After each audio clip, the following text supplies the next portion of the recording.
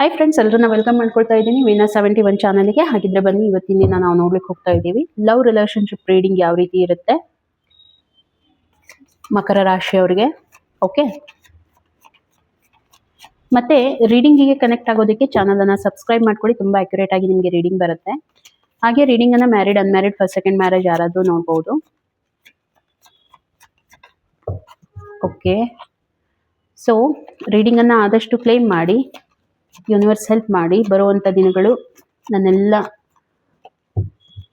Beautiful souls ಆದಂತಹ ಮಕರ ರಾಶಿಯವರಿಗೆ ಏನು ಹೇಳಲಿಕ್ಕೆ ಹೋಗ್ತಾ ಓಕೆ, ಕಾರ್ಡ್ಸ್ ಅಂತಾನೆ ಬರ್ತಾ ಇದೆ, ಏನು ಬರ್ತಾ ಇದೆ ಅಂತ ಹೇಳಿ ನೋಡೋಣ. ಓಕೆ, ಫಸ್ಟು 2 ಕಾರ್ಡ್ಸ್ ಬಂದಿದೆ, ಅದನ್ನು ತಗೊಳ್ಳೋಣ. ನಂತರ ನಾನು ಮತ್ತೆ ಶಫಲ್ ಮಾಡಿ ತಗೋತೀನಿ.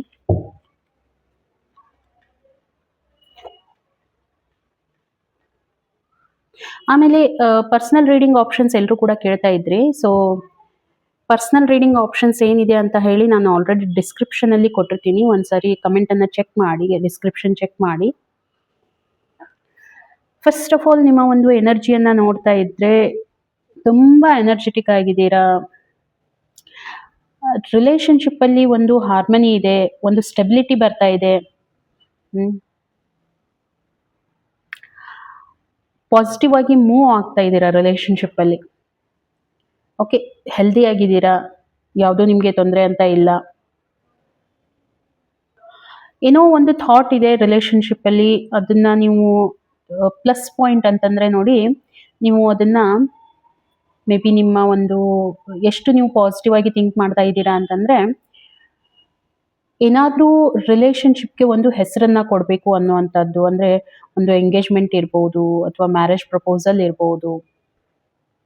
ಯಾಕಂತಂದರೆ ಈ ರಿಲೇಶನ್ಶಿಪ್ಪಲ್ಲಿ ನಿಮಗೆ ತುಂಬಾ ಒಂದು ಫುಲ್ಫಿಲ್ಮೆಂಟನ್ನು ಕಂಡ್ಕೊಳ್ತಾ ಇದ್ದೀರಾ. ತುಂಬ ನೀವು ಅಂದರೆ ಇದಕ್ಕಿಂತ ಮುಂಚೆ ಈ ರಿಲೇಶನ್ಶಿಪ್ಗೆ ನೀವು ತುಂಬಾ ಎಫರ್ಟ್ ಹಾಕಿರ್ಬೋದು. ಆ ಒಂದು ರಿಸಲ್ಟ್ ಇವಾಗ ನಿಮಗೆ ಬರ್ತಾ ಇದೆ.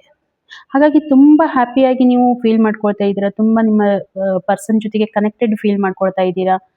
ಎಮೋಷ್ನಲಿ ತುಂಬ ಕನೆಕ್ಟೆಡ್ ಇದ್ದೀರಾ. ಆ ಒಂದು ಫುಲ್ಫಿಲ್ಮೆಂಟ್ ನನಗೆ ಕಾಣ್ತಾ ಇದೆ, ಹಾರ್ಮನಿ ಕಾಣ್ತಾ ಇದೆ ನಿಮ್ಮ ಲೈಫಲ್ಲಿ. ಮತ್ತೆ ಇನ್ನೂ ಹೇಳ್ಬೇಕಂತಂದ್ರೆ, ಏನಾದರೂ ನೀವು ಎಂಗೇಜ್ಮೆಂಟ್ ಆಗುವಂಥ ಚಾನ್ಸಸ್ ನನಗೆ ಕಾಣ್ತಾ ಇದೆ, ಒಂದು ಸೆಲೆಬ್ರೇಷನ್ ಅದು. ಮತ್ತೆ ಮ್ಯಾರೇಜ್ ಏನಾದರೂ ಫಿಕ್ಸ್ ಆಗುವಂಥದ್ದು ನನಗೆ ಕಾಣ್ತಾ ಇದೆ ಬರುವಂಥ ದಿನಗಳಲ್ಲಿ. ಅಥವಾ ಏನಾದರೂ ಈ ಒಂದು ದಿನ ನಿಮಗೆ ಎಷ್ಟು ಪಾಸಿಟಿವ್ ಆಗಿರುತ್ತೆ ಬರುವಂಥ ದಿನಗಳು ಅಂತಂದ್ರೆ, ಕನ್ಸೀವ್ ಮಾಡೋದಕ್ಕೆ ಏನಾದರೂ ಬೇಬಿ ಪ್ಲಾನ್ ಮಾಡ್ತಾ ಇದ್ರೆ ಅಲ್ಲಿನೂ ಕೂಡ ನಿಮಗೆ ರಿಸಲ್ಟ್ ಬರುತ್ತೆ. ಇದು ಮ್ಯಾರಿಡ್ ಆದವ್ರಿಗೆ ಅಪ್ಲೈ ಆಗುತ್ತೆ. ಓಕೆನಾ? ಅಂದ್ರೆ ಈ ಸ್ಟೆಬಿಲಿಟಿಯನ್ನ ತಗೊಂಡ್ ಬರಬೇಕು ಅಂತಂದ್ರೆ ಸ್ವಲ್ಪ ಎಫರ್ಟ್ ಕೂಡ ತುಂಬಾ ಮಾಡಿದ್ದೀರಾ ನೀವು. ಸೊ ಇವಾಗ ಆ ಒಂದು ಸ್ಟೆಬಿಲಿಟಿ ಕಂಡ್ಕೊಳ್ತಾ ಇದ್ದೀರಾ ರಿಲೇಶನ್ಶಿಪ್ ಅಲ್ಲಿ. ತುಂಬಾ ಹ್ಯಾಪಿ ಆಗಿದ್ದೀರಾ. ತುಂಬಾ ಜೆನ್ಯೂನ್ ಆಗಿರುವಂತ ಒಂದು ರಿಲೇಶನ್ಶಿಪ್ ಅಂತ ನಿಮಗೂ ಕೂಡ ಅನ್ಸುತ್ತೆ. ಇವನ್ ನಿಮ್ಮ ಪಾರ್ಟ್ನರ್ ಕೂಡ ಅದೇ ಫೀಲ್ ಮಾಡ್ಕೊಳ್ತಾ ಇದ್ದಾರೆ. ಅವರು ಎಷ್ಟು ಹ್ಯಾಪಿ ಆಗಿದ್ದಾರೆ ಅಂತಂದ್ರೆ, ನೀವು ಆಸ್ ಎ ಬ್ಲೆಸ್ಸಿಂಗ್ಸ್ ತರ ನಿಮ್ಮನ್ನ ಅವರು ಫೀಲ್ ಮಾಡ್ಕೊಳ್ತಾರೆ. ಒಂದು ಈ ಗಾಡ್ ಗಿಫ್ಟೆಡ್ ಅಂತ ಏನ್ ಹೇಳ್ತಾರೆ, ಆ ರೀತಿ ನಿಮ್ಮನ್ನ ಅವರು ಫೀಲ್ ಮಾಡ್ಕೊಳ್ತಾರೆ. ಅವ್ರಿಗೂ ಕೂಡ ತುಂಬಾ ಒಂದು ಸ್ಯಾಟಿಸ್ಫ್ಯಾಕ್ಷನ್ ಇರೋವಂಥದ್ದು. ಚೆನ್ನಾಗಿದೆ. ಆ ರೀತಿ ಏನು ಇಲ್ಲ. ಇಬ್ರು ಫೀಲಿಂಗ್ಸ್ ಕೂಡ ತುಂಬಾ ನನಗೆ ಇದು ಅನಿಸ್ತಾ ಇದೆ, ಚೆನ್ನಾಗಿದೆ. ಇಲ್ಲಿ ಏನಾದ್ರೂ ಬರುವಂತ ದಿನಗಳಲ್ಲೂ ನಾನು ನೋಡ್ತಾ ಇರುವಂತದ್ದು ಚೆನ್ನಾಗಿರುತ್ತೆ. ನಿಮ್ಗೆ ದೇವ್ರದ್ದು ಒಂದು ಆಶೀರ್ವಾದ ಇರುತ್ತೆ. ಹಾಗಾಗಿ ಯಾವುದು ತೊಂದರೆ ಅಂತ ಬರೋದಿಲ್ಲ. ಇಲ್ಲಿ ಮೇ ಬಿ ಇದಕ್ಕಿಂತ ಮುಂಚೆ ನಿಮ್ಮ ಒಂದು ಲೈಫಲ್ಲಿ ಏನಾದರೂ ಟ್ರಾಜಿಡಿ ಅಂತ ಆಗಿದ್ರೆ, ಲವ್ ರಿಲೇಶನ್ಶಿಪ್ ಅಲ್ಲಿ ಏನಾದರೂ ಬ್ರೇಕಪ್ ಆಗಿರುವಂತದ್ದು, ಅಥವಾ ಮನ್ಸು ಮುರಿದಿರುವಂತದ್ದು, ಏನೋ ನೊಂದ್ಕೊಳ್ತಾ ಇದ್ರಿ, ಅದರಿಂದ ಇವಾಗ ಹೊರಗಡೆ ಬರ್ತಾ ಇರುವಂತದ್ದು. ಅಂದ್ರೆ ಯೂನಿವರ್ಸ್ ಕಡೆಯಿಂದ ನಿಮ್ಗೆ ಸೆಕೆಂಡ್ ಚಾನ್ಸ್ ಸಿಕ್ಕಿರುವಂತದ್ದು. ನಿಮ್ಮ ರಿಲೇಶನ್ಶಿಪ್ಗೆ ಯೂನಿವರ್ಸ್ ಇಂದ ಸೆಕೆಂಡ್ ಚಾನ್ಸ್ ಸಿಕ್ಕಿದೆ ಅಂತ ಹೇಳಿ ನನಗೆ ಅನ್ನಿಸ್ತಾ ಇದೆ. ಹಾಗಾಗಿ ನಿಮಗೆ ಎಷ್ಟು ರೆಸೊನೇಟ್ ಆಗುತ್ತೆ ಖಂಡಿತ ನನಗೆ ಒಂದು ಮೆಸೇಜ್ ಮುಖಾಂತರ ತಿಳಿಸಿ. ಎಮೋಷ್ನಲಿ ನಾನು ನೋಡಿದಾಗ, ನಿಮ್ಮ ಒಂದು ಎಮೋಷನ್ಸ್ ಅನ್ನ ನೋಡಿದಾಗ ತುಂಬಾ ಒಂದು ಹ್ಯಾಪಿ ಆಗಿರುವಂತ ಎಮೋಷನ್ಸ್ ಅನ್ನ ಇವಾಗ ಪ್ರೆಸೆಂಟ್ ಅಲ್ಲಿ ನೀವು ಲೀಡ್ ಮಾಡ್ತಾ ಇದ್ದೀರಾ. ಇನ್ ಫ್ಯೂಚರ್ ಅಲ್ಲಿ ಕೂಡ ಅದು ಆಗುತ್ತೆ. ಇನ್ನು ಬರುವಂತ ದಿನಗಳಲ್ಲಿ ನಿಮ್ಗೆ ಏನಂತಂದ್ರೆ ನೋಡಿ, ಸ್ವಲ್ಪ ಇಲ್ಲಿ ರಿಸ್ಟ್ರಿಕ್ಷನ್ಸ್ ಅನ್ನ ಕಡಿಮೆ ಮಾಡ್ಕೋಬೇಕು. ನಿಮಗೆ ನೀವು ಹಾಕೊಳ್ಳುವಂತ ರೆಸ್ಟ್ರಿಕ್ಷನ್ಸ್ ಇರ್ಬೋದು, ಅವ್ರಿಗೆ ಹಾಕುವಂತ ರೆಸ್ಟ್ರಿಕ್ಷನ್ಸ್, ಇಬ್ಬರಿಗೂ ನಾನು ಹೇಳ್ತಾ ಇರುವಂತದ್ದು. ಮೋಸ್ಟ್ಲಿ ಇದು ನಿಮಗೆ ಅಪ್ಲೈ ಆಗುತ್ತೆ. ಯಾಕಂತಂದ್ರೆ ನಿಮ್ಮ ರೀಡಿಂಗ್ ಮಾಡ್ತಾ ಇದ್ದೀನಿ. ಅವರ ಒಂದು ರಾಶಿ ಯಾವ್ದಿರುತ್ತೆ ನಾನು ಆಲ್ರೆಡಿ ಅಪ್ಲೋಡ್ ಮಾಡಿರ್ತೀನಿ, ಚೆಕ್ ಮಾಡಿ. ಇಲ್ಲಿ ಯಾಕೆ ಹೇಳ್ತಾ ಇದ್ದೀನಿ ಅಂತಂದ್ರೆ, ಸ್ವಲ್ಪ ಎಲ್ಲೋ ನೀವು ಆ ರೀತಿ ಅವ್ರು ಯಾರ್ದಾದ್ರೂ ಜೊತೆಗೆ ಮಾತಾಡಿದ್ರೆ ನಿಮಗೆ ಜಲಸ್ ಫೀಲ್ ಆಗುವಂಥದ್ದು, ಅಥವಾ ನೀವು ಮಾತಾಡಬೇಡ, ಅವ್ರ ಜೊತೆಗೆ ಮಾತಾಡಬೇಡ, ಇವ್ರ ಜೊತೆಗೆ ಮಾತಾಡಬೇಡ, ಮೇ ಬಿ ಅವ್ರ ಕಡೆಯಿಂದನೂ ಇದು ಆಗುವಂಥ ಚಾನ್ಸ್ ಇದೆ. ಸ್ವೀಟ್ ಬಟ್ ಇದು ತುಂಬ ಆತಂತಂದ್ರೆ ಎಲ್ಲೋ ಒಂದ್ ಕಡೆ ಸ್ಟಕ್ ಆಗಿಬಿಡ್ತಾರೆ. ಅವರು ಕೂಡ ಸ್ಟಕ್ ಆಗ್ತಾರೆ, ನೀವು ಕೂಡ ಸ್ಟಕ್ ಆಗ್ತೀರಾ.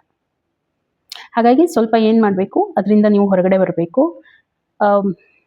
ರಿಸ್ಟ್ರಿಕ್ಷನ್ಸ್ ಇಂದ ಹೊರಗಡೆ ಬನ್ನಿ. ಮತ್ತೆ ತುಂಬಾ ಅವ್ರಿಗೆ ಹಿಡಿದಿಟ್ಕೊಳ್ಳೋದು ಬೇಡ. ರಿಲೇಶನ್ಶಿಪ್ ಅನ್ನ ಎಷ್ಟು ನೀವು ಫ್ರೀ ಆಗಿ ಬಿಡ್ತೀರಾ, ಆ ಒಂದು ನಂಬಿಕೆ ಮೇನ್ ನೋಡಿ. ರಿಲೇಶನ್ಶಿಪ್ ಅಂತ ಯಾವಾಗ ಅನ್ಸ್ಕೊಳ್ಳುತ್ತೆ ಹೇಳಿ, ಆ ಕಂಪ್ಲೀಟ್ ಒಂದು ಫುಲ್ಫಿಲ್ಮೆಂಟ್ ಯಾವಾಗ ಬರುತ್ತೆ ಅಂದ್ರೆ ಆ ಒಂದು ಭಾವನೆ, ಇದು ಮನಸ್ಸಿನ ಭಾವನೆ, ಅದು ಯಾವ ರೀತಿ ನಿಮ್ಮಲ್ಲಿ ಸ್ಟ್ರಾಂಗ್ ಆಗಿರ್ಬೇಕು ಅಂತಂದ್ರೆ, ಎಷ್ಟು ಬಿಲೀಫ್ ಇರಬೇಕು ಅಂತಂದ್ರೆ, ನೋಡಿದ ತಕ್ಷಣ ನಿಮ್ಗೆ ಗೊತ್ತಾಗ್ಬೇಕು, ಓ ಹೌದು ಇವ್ರ ಭಾವನೆ ಆ ರೀತಿ ಇದೆ, ಇವ್ರು ನನಗೆ ಮೋಸ ಮಾಡೋದಿಲ್ಲ. ಇಬ್ರ ಕಡೆಯಿಂದನೂ ನಾನು ಹೇಳ್ತಾ ಇದ್ದೀನಿ. ಪ್ಯೂರ್ ಹಾರ್ಟೆಡ್ ಆ ಒಂದು ಪರ್ಸನಾಲಿಟಿ ನೀವು ತಗೊಂಡ್ ಬರ್ಬೇಕಾಗತ್ತೆ ರಿಲೇಶನ್ಶಿಪ್ ಅಲ್ಲಿ. ಯಾವುದೇ ಒಂದು ಎಳೆಯಷ್ಟು ಕೂಡ ನಿಮ್ಮಲ್ಲಿ ಆ ಭೇದ ಭಾವ ಅನ್ನುವಂಥದ್ದು ಬರಬಾರ್ದು. ಆ ಒಂದು ಡೌಟ್ ಇರಬಹುದು, ಇದು ಎಲ್ಲ ಯಾವುದು ಬರಬಾರ್ದು. ಅಂದ್ರೆ ಆ ಫ್ರೀಡಮ್ ಅನ್ನ ಅನುಭವಿಸ್ಬೇಕು ಇಬ್ರು ಕೂಡ. ಲವ್ ಅಂತಂದ್ರೆ ಏನು, ಯಾವುದು ನಾವು ಹಿಡಿದಿಟ್ಕೊಳ್ತೀವಿ ಅದು ಲವ್ ಅಲ್ಲ. ನಿಮ್ಮ ಜೊತೆಗೆ ಇದ್ಕೊಂಡು ಅವರ ಗ್ರೋತ್ ನೀವು ಕಾಣ್ತೀರಾ, ಅದನ್ನ ಖುಷಿ ಪಡ್ತೀರಾ,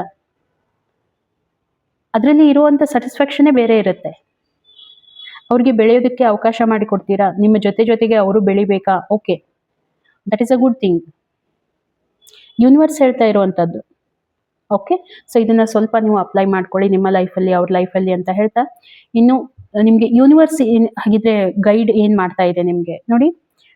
ಯಾರೋ ನಿಮ್ಮ ಬಗ್ಗೆ ಏನೋ ಮಾತಾಡ್ತಾರೆ, ಗಾಸಿಪ್ಸ್ ಮಾಡ್ತಾ ಇದ್ದಾರೆ, ಜನ ಏನೋ ಹೇಳ್ತಾ ಇದ್ದಾರೆ, ಥರ್ಡ್ ಪಾರ್ಟಿ ಏನೋ ಹೇಳ್ತಾ ಇದ್ದಾರೆ, ಬೇರೆದವ್ರು ಏನೋ ಹೇಳ್ತಾ ಇದ್ದಾರೆ ಅಂತ ಹೇಳಿ ತಲೆ ಕೆಡಿಸ್ಕೊಳಿಕ್ ಹೋಗ್ಬೇಡಿ.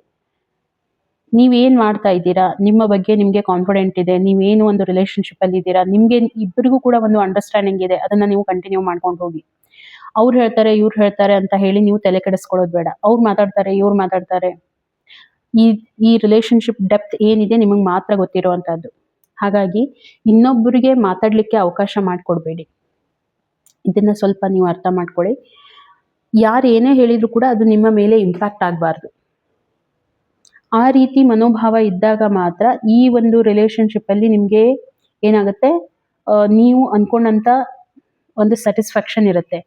ಬೇರೆ ಯಾರೇ ಏನೇ ಹೇಳ್ತಾರಂತಂದ್ರೂ ಕೂಡ ನೀವು ಅದ್ರ ಬಗ್ಗೆ ತಲೆ ಕೆಡಿಸ್ಕೊಳ್ತಾ ಹೋದ್ರೆ ಚಾಲೆಂಜಸ್ ಬರ್ತಾ ಇದೆ, ಎಮೋಷನ್ಸ್ಗೆ ನಿಮ್ಗೆ ಚಾಲೆಂಜಸ್ ಬರ್ತಾ ಇದೆ, ಅದನ್ನ ನೀವು ಕಂಟ್ರೋಲ್ ಮಾಡಬಹುದು. ಓಕೆ, ಕಂಟ್ರೋಲ್ ಯಾಕೆ ಅಂತಂದ್ರೆ ಇಲ್ಲಿ ಆಲ್ರೆಡಿ ನನಗೆ ಕಾಣಿಸ್ತಾ ಇರುವಂತದ್ದು ಇದು ಪ್ರಾಬ್ಲಮ್ ಬರ್ತಾ ಇದೆ ಅಂತ. ರೆಸ್ಟ್ರಿಕ್ಷನ್ಸ್ ಆಗುವಂತದ್ದು, ಹಿಡಿದಿಡ್ಕೋಬೇಕು ಅನ್ನುವಂಥದ್ದು, ಈ ರೀತಿ ಮೈಂಡ್ಸೆಟ್ ನಿಮ್ಗೆ ಬರುವಂತದ್ದು ನನಗೆ ಕಾಣ್ತಾ ಇದೆ. ಅದಕ್ಕೆ ನಿಮ್ಗೆ ಯೂನಿವರ್ಸ್ ಹೇಳ್ತಾ ಇದೆ ಏನಂತಂದ್ರೆ, ಆ ರೀತಿ ಎಲ್ಲ ಭಾವನೆಯನ್ನ ತೊರೆದು ಹಾಕ್ಬೇಕು ನೀವು ಅನ್ನುವಂಥದ್ದು ಯೂನಿವರ್ಸ್ ಹೇಳ್ತಾ ಇದೆ. ಎಮೋಷನ್ಸ್ ಮೇಲೆ ಸ್ವಲ್ಪ ಕಂಟ್ರೋಲ್ ಮಾಡಿ. ಚಾಲೆಂಜ್ ಅಂತ ಅನ್ಸಿದ್ರು ಕೂಡ ಬಟ್ ನೀವು ಅದನ್ನ ಮಾಡ್ತೀರಾ. ಓಕೆ, ಇಲ್ಲ ಚೆನ್ನಾಗಿದೆ ಎನರ್ಜಿ, ಏನು ನನಗೆ ತೊಂದರೆ ಅಂತ ಅನ್ನಿಸ್ತಾ ಇಲ್ಲ, ಇದು ಮಾತ್ರ ನನಗೆ ತೊಂದರೆ ಅಂತ ಅನ್ನಿಸ್ತಾ ಇತ್ತು, ಅದರ ಮೇಲೆ ನೀವು ವರ್ಕ್ ಮಾಡಿ, ಖಂಡಿತ ನಿಮಗೆ ಒಳ್ಳೇದಾಗುತ್ತೆ. ಸೊ ಇದು ಒಂದು ರೀಡಿಂಗ್ ನಿಮಗೆ ಎಷ್ಟು ಕನೆಕ್ಟ್ ಆಯಿತು ನನಗೆ ಮೆಸೇಜ್ ಮುಖಾಂತರ ತಿಳಿಸಿ. ಮತ್ತೆ ರೀಡಿಂಗನ್ನು ಕ್ಲೇಮ್ ಮಾಡಿ, ಐ ಕ್ಲೇಮ್ ಪಾಸಿಟಿವ್ ಎನರ್ಜಿ ಅಂತ ಹೇಳಿ. ಹಾಗೆ ರೀಡಿಂಗ್ ಹೇಗೆ ಅನ್ನಿಸ್ತು ಕಮೆಂಟಲ್ಲಿ ತಿಳಿಸಿ. ಎಷ್ಟು ರೆಸೊನೇಟ್ ಆಯಿತು ಕೂಡ ತಿಳಿಸಿ. ಇನ್ನು ಇಷ್ಟ ಆಗಿತ್ತು ಅಂದರೆ ಒಂದು ಲೈಕ್ ಕೊಡಿ ಅಂತ ಹೇಳ್ತಾ ಸಿಗೋಣ ಇನ್ನೊಂದು ವಿಡಿಯೋದಲ್ಲಿ. ಅಲ್ಲಿವರೆಗೂ ಎಲ್ರಿಗೂ ಕೂಡ ಥ್ಯಾಂಕ್ ಯು.